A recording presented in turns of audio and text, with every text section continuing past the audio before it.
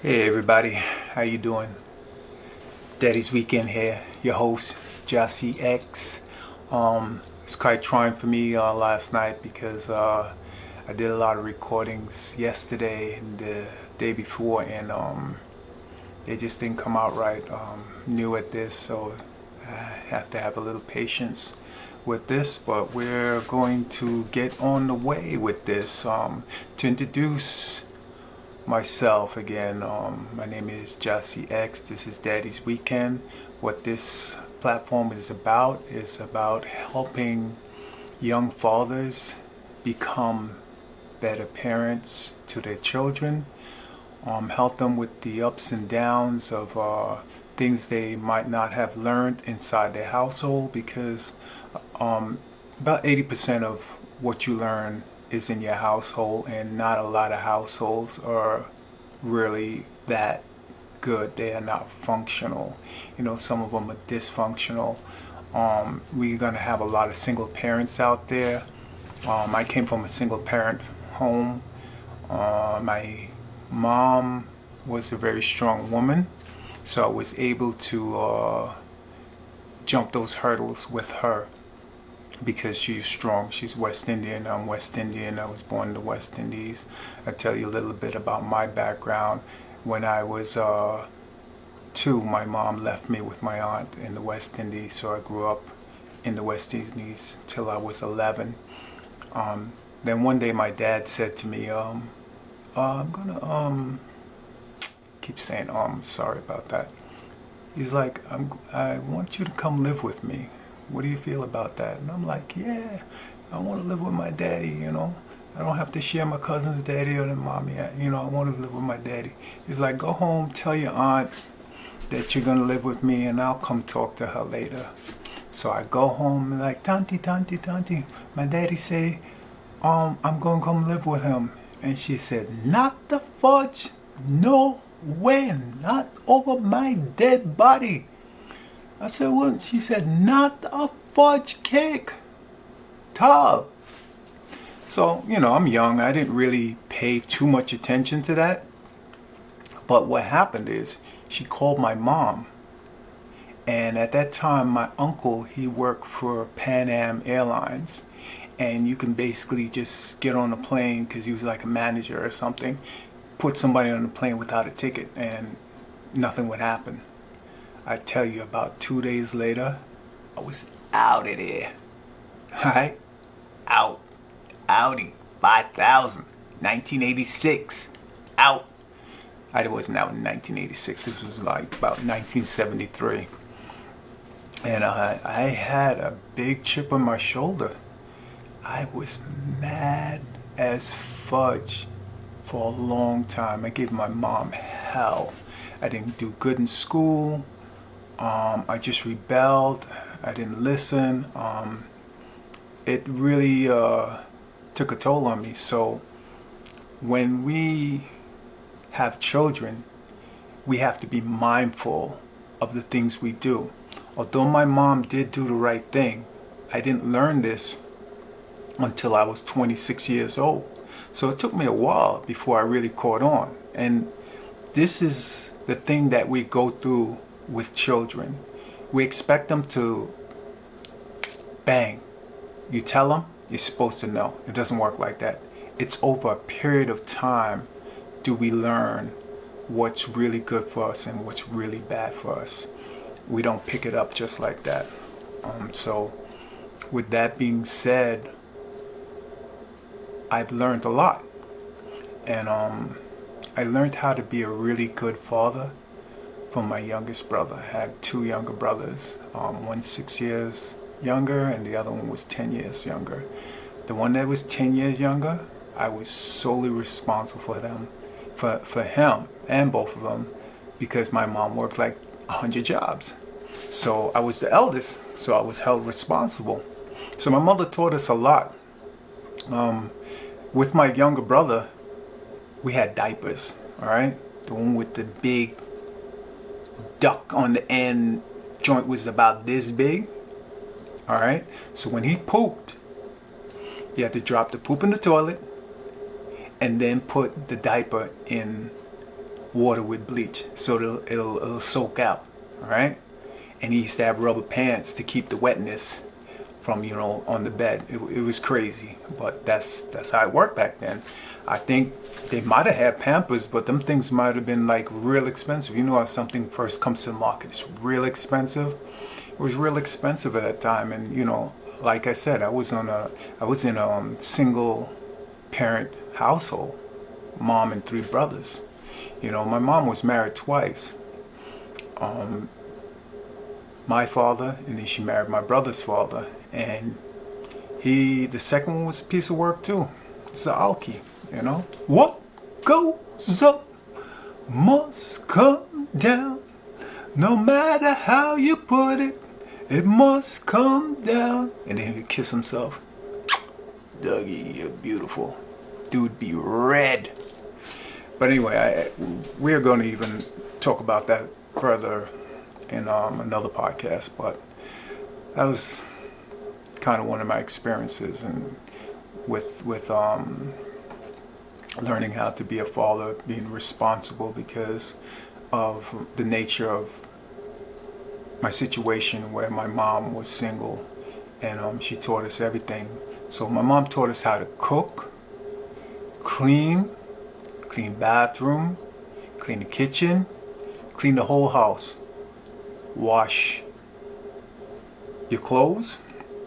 And my mom always told us the reason I'm teaching you these things is for you, one day you're going to get married. If you get married and you have an argument or a disagreement with your wife, and she tells, I'm not going to cook today, and I ain't washing your clothes no more. That's what they call cutting style. If she want cut style on you, you just tell her, yo, it's all good. I know how to wash, I know how to clean, I know how to cook. My mother taught me this. So you can cut all the style you want to cut, because I can do those things myself. And some people don't have that. Oh man, I can tell you, I'm OCD. I'm my mother's child. I am OCD. All this training and learning from him, I am OCD. I am super duper clean. So is my brother. All right. We weren't at first. When we were growing up, we weren't that clean. We would keep a mess, but that woman would keep on top of us. So, I keep saying, so basically, we've got domestic skills, lots of domestic skills. And I've been over people's houses, and you'd be like, this ain't like my house. And you'd be like, wow. You can really tell a big difference on how people are trained. Your children are an extension of you. That's that DNA. DNA comes back. We see children and they do something that's like, wow, how can he do that? How could she do that? She's just a little child. And the old people would say, she was here before, which is the truth. We have gotten so far away from believing and feeling that magic that is ancestral to us from the land. I still have that magic. I want to continue to have that magic. I want to teach and express the magic that you have inside of you. We have to ground ourselves. We have to eat right. We have to exercise. We have to meditate. We have to be one with this universe. I'm not religious. I believe I am God. My mother told me in my past life, I was a king. I didn't work. I ruled. I gave. I am a king. I am the monarch of all I survey. We have to get back to these roots. I am not telling anyone they can't be religious, because you can have that conversation, and having that conversation is being able to respect one's belief and respect the other's belief. You don't have to argue. You just see their point of view and they see your point of view. And that's it. There's no reason to say, oh, Jesus. You know, you gotta believe what you want to believe. But if you start to read books, because that's the best way to travel. And when we read books that are written by us and researched by us, you will find the truth. You will not find what they want us to believe. You could go look in history. History tells you the one that has the most power, the most money, are the ones who write his history, not yours. So think about that. Children, man, oh, the best. I have got two that I'm in love with. And when I say in love, I am in love with them. Last night I had a little issue with this whole setup, vlogging, and I called my oldest son because he's tech savvy, but obviously I'm not in close proximity to him, so I could just go over the house and say, oh, just set this up. Nah.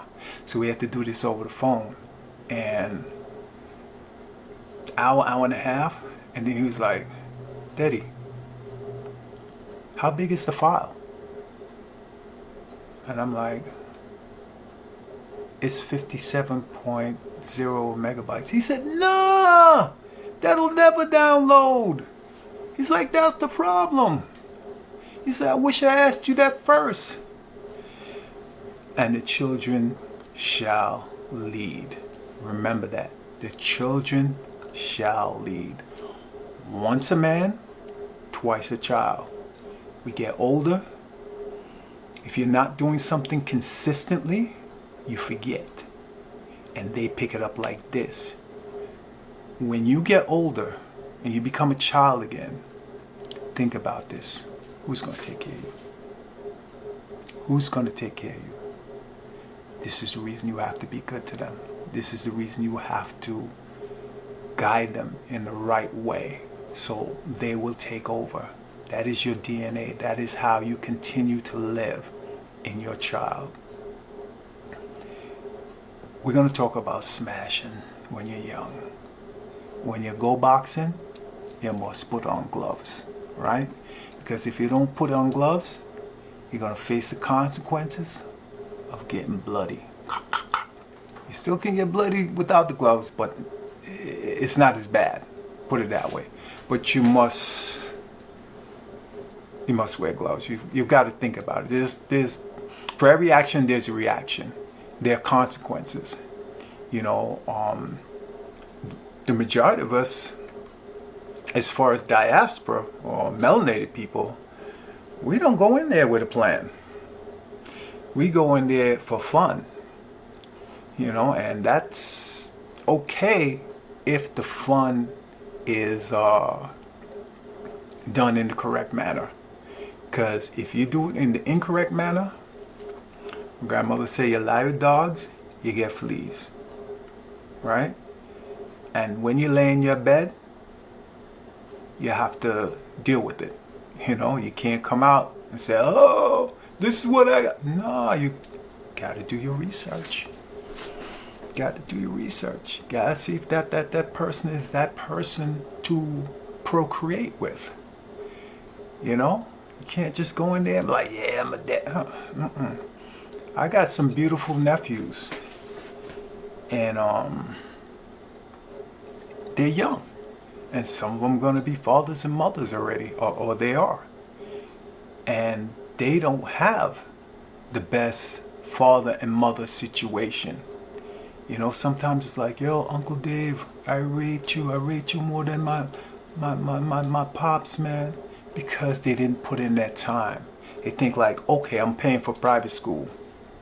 That's it. Don't work like that. Got to put in that time.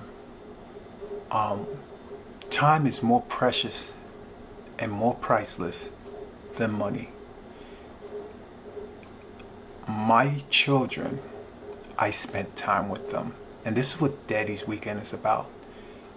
How to optimize your time with your child, whether it's 2 days a week, just on weekends, whatever time it is, what can you do with them?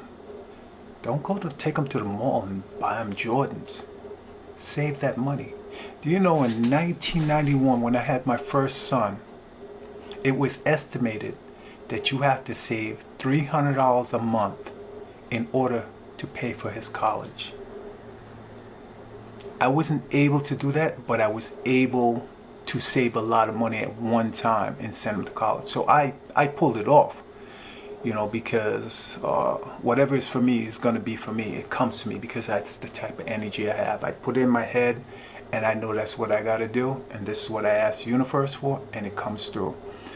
But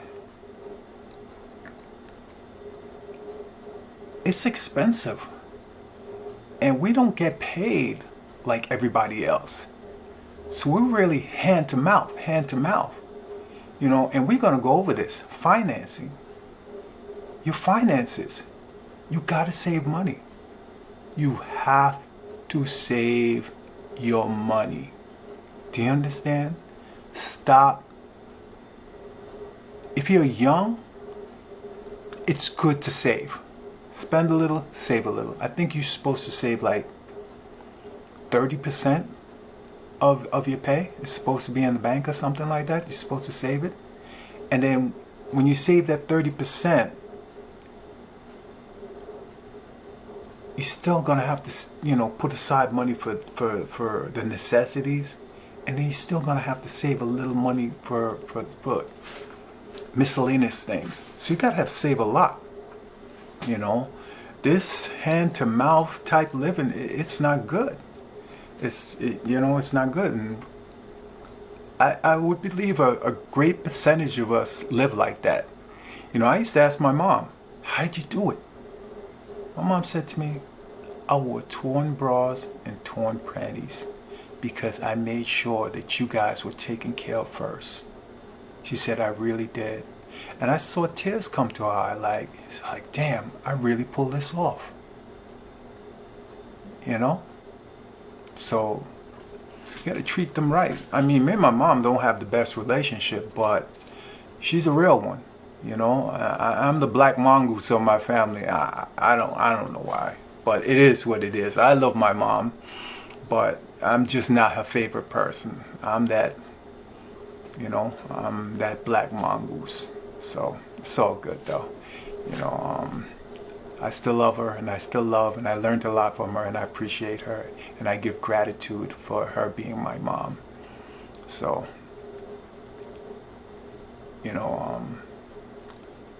I don't blame her for anything. I don't have regrets, and I don't blame people for things like, oh, it's because of it. No, everything is within you.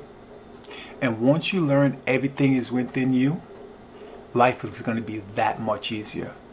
Because what will happen is, when you take responsibility for your feelings, because no one really does anything to you, it's really internal. It's how you take it, how you feel, that sets us off.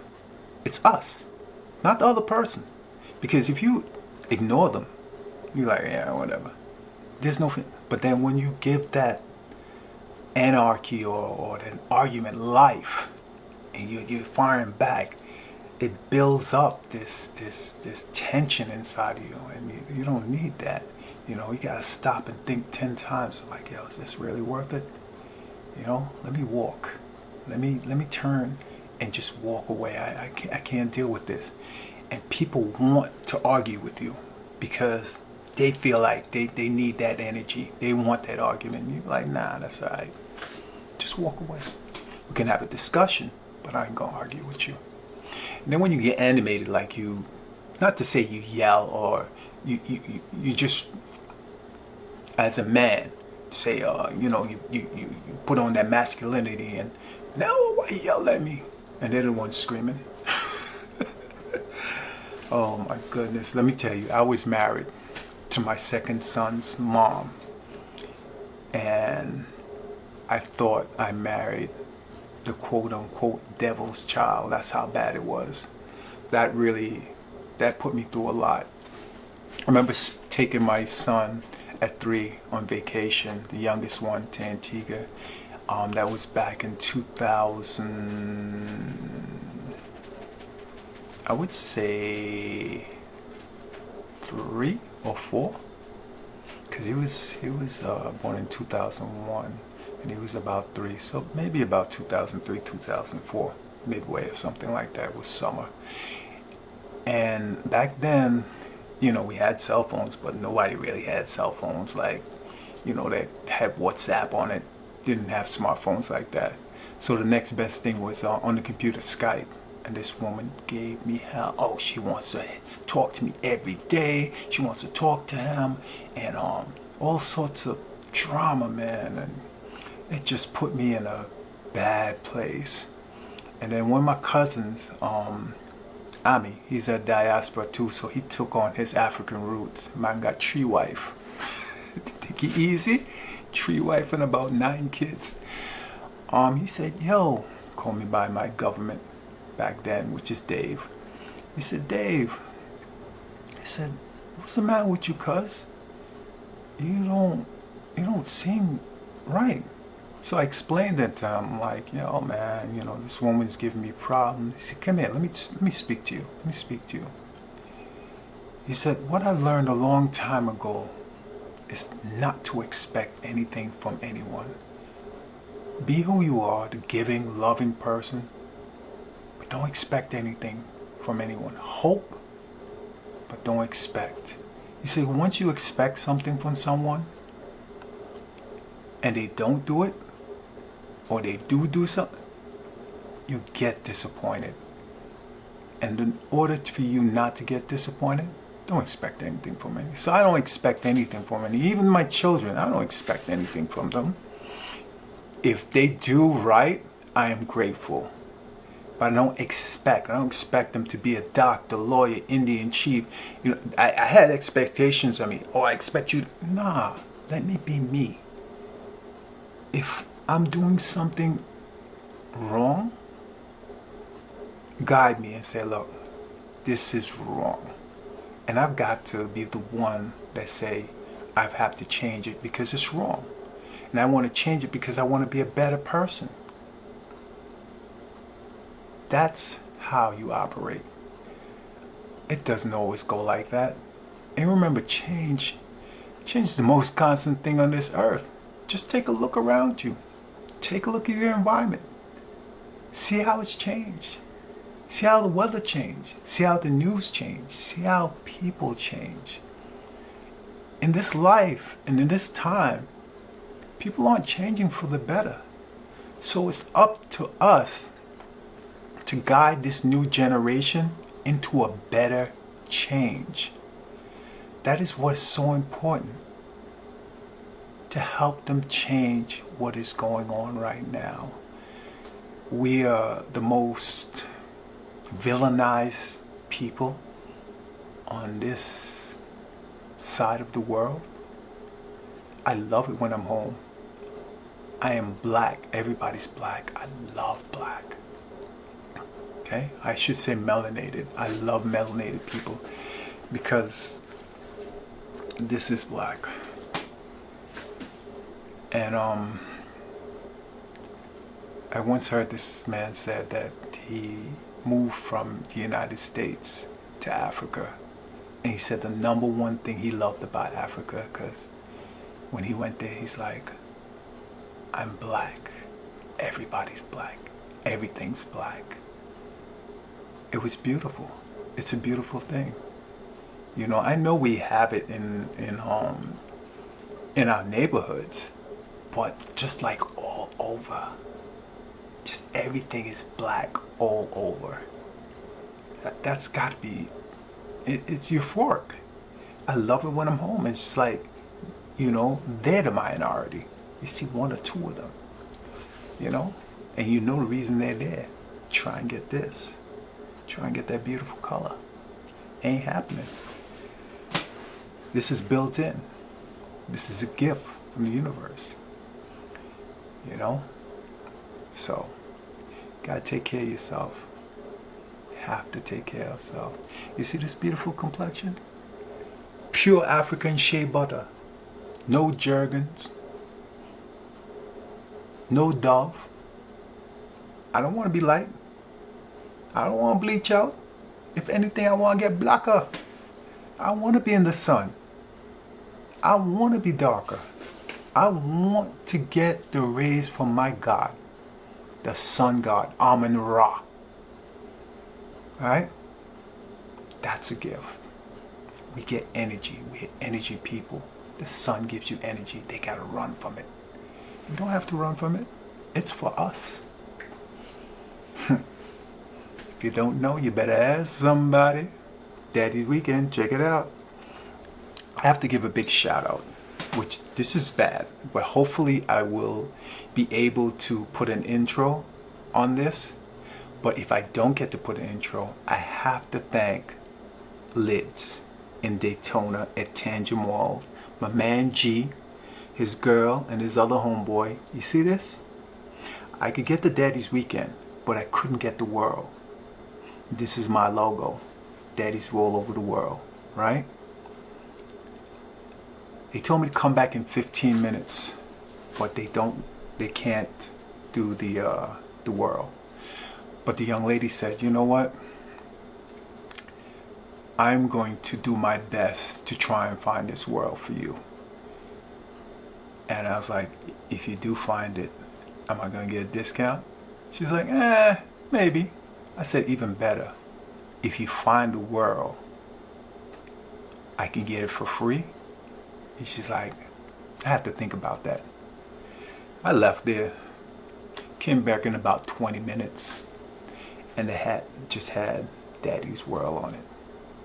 So I said to her, oh, I guess you weren't able to do it. She's like, doesn't look like it's gonna happen. She said, but G Money over there is on it. He might find it. And I went over to him and we're looking, and he's like, he found a globe. You know, the ones with like the like a stand like this, and then it had the globe inside. I didn't want that. I just wanted the world. And I was like, is there any way you can take off the stand? He's like, oh no, I tried it before. I wasn't able to do it. But she came over behind him and she's like, do this, do that. And he's like, oh yeah. And she's like, oh yeah, and then you have to go back and do this. And I said, thank you, sister. Behind every great man, there is a greater woman. And she's like, the reason I tell you this story is because he didn't give up.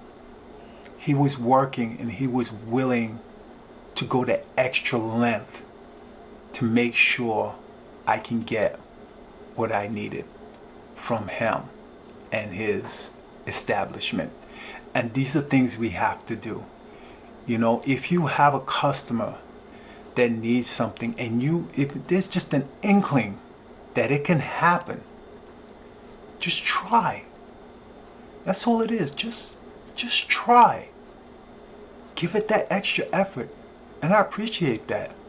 I appreciate it immensely to no end. You don't know how. And the thing about it, when he was able to do it, he was so elated. He was so happy. Like he just climbed Mount Everest. He's like, yeah. I was happy, man. That brought me joy. Because someone that's so dedicated to do something for a customer, and you know, that's my job, to help you. This is my job, to help you. Okay? And remember, I don't know if I said this, I want to reach 1 million. I want to reach 1 million subscribers on my platforms, YouTube and my podcast. 1 million melanated brothers, sisters you can join in. Any others you can join in. You know, every time I go on YouTube and I'm doing a search or research for something, I don't care how many followers that person has. I'm going to subscribe. I would want them to subscribe to my channel if they came across it, to help me, just like I'm helping you. It takes a village to raise a child. It takes a community to help each other out. We need this again. We're lacking it. We are lacking it. My man Reem Rax, my godson, he has a YouTube channel, and I have to thank him because he also reached out and was helping. We were going to interview him because he has the same situation. His mom and I are really good friends, been good friends for before he was born. We go back to the 90s, you know what I'm saying? Chanel number 5, big up. And she's a single parent. So we're going to interview him. We're going to interview my son. Quite a few of my friends, because they went through those situations. You're going to meet some that are still with their significant other, and they still have issues with their children. And you would think a 2-family household and you got the best of it and you still F up, because some people just choose the wrong thing. And I can't say maybe that the parental influence wasn't strong enough. I don't know what time they spent with them, to be honest with you. But yeah, it still comes out. It's a crapshoot sometimes. Sometimes it's really a crapshoot. Right? My uncle used to say, that's why you have to have more than one, because you don't know what you're going to get. It's like a box of chocolate. You don't know what you're going to get. Yeah, we talk about my uncle. He's another one. Got 22 kids. Ask me if he ever took care of any of them. We're going to speak about that. So I had a lot to look at, a lot to actually be able to do this channel because of the experiences I have.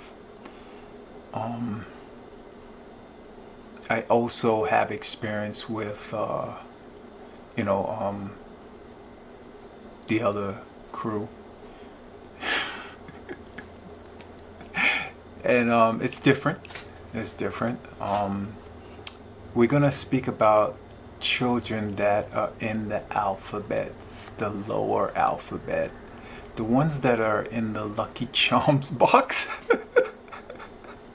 I have a good friend, and his son is in the alphabets, and it was a tough thing for him, and we're gonna interview him, but it's a tough situation, because you love your child and for some reason you won't see it, but someone outside will see it. I saw it. I saw my other neighbor's son, nephew, and I saw it in him when he was young. We have people that are soft, but then you have people that are in the alphabet and in the box of Lucky Charms. And magically delicious. And fruity. Oh my goodness. But yeah, that's a serious thing. I've also got a really good friend that he's Jamaican English. Parents are Jamaican, moved to England. He lived down the street from me, and my neighborhood, we had a lot of children in my neighborhood. My block had a lot of kids, a lot of children on it. And his mom was the best. I love that woman like she was my second mom. His family is my family. We don't vibe that much anymore, because after you get older, people go their own separate ways. I'm a semi-introvert. I'm quiet, but I love my friends. Like, I love being with them. I mean, we've done some amazing things that cannot be duplicated. And time you might have a conversation with someone older than you, they'll tell you how their time was, and everybody gets acclimated to their situation and their time, so it's going to be different for everybody. But I know that there's certain things that cannot be duplicated. You know, you just can't do it again. You know, it was there once and it was done, and I was lucky to be in that age where, or Gen X, that we could get away with a lot of stuff. You know, you can't get away with crap no more because they got cameras all over the place. They got cell phones. Man, you will get caught. You have to be a super duper criminal or whatever to get away with some stuff. You can't do it anymore. So I'm grateful for the time that I grew up with and the people I grew up with. Well, anyway, back to my friend.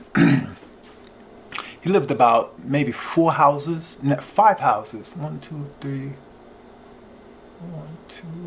4 houses away from me. All right. And if he was down on my end of the block, it's probably about 6 houses away. All right. If we at the end of the block, 6 houses away. That's before you cross the street. And when it got dusk, his mom had a green bulb on the porch, and when she flicked that bulb, this dude took off like a jet. Pow! Oh my goodness, the dude was a track star, and I could see where he got his abilities from, because he was practicing ever since he was young. It's gone,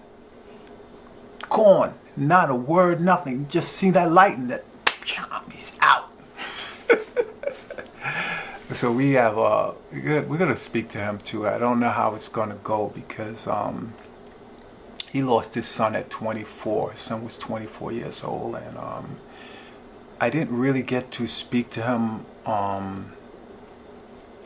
in depth about it and how it made him feel, and you know, the emotions he's going through even afterwards. It's just, I mean, we spoke, but like,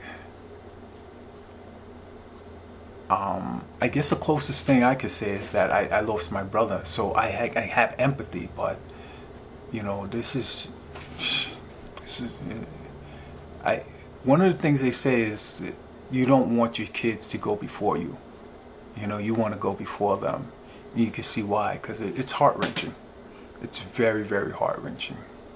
You know, to have something like that happen to you. So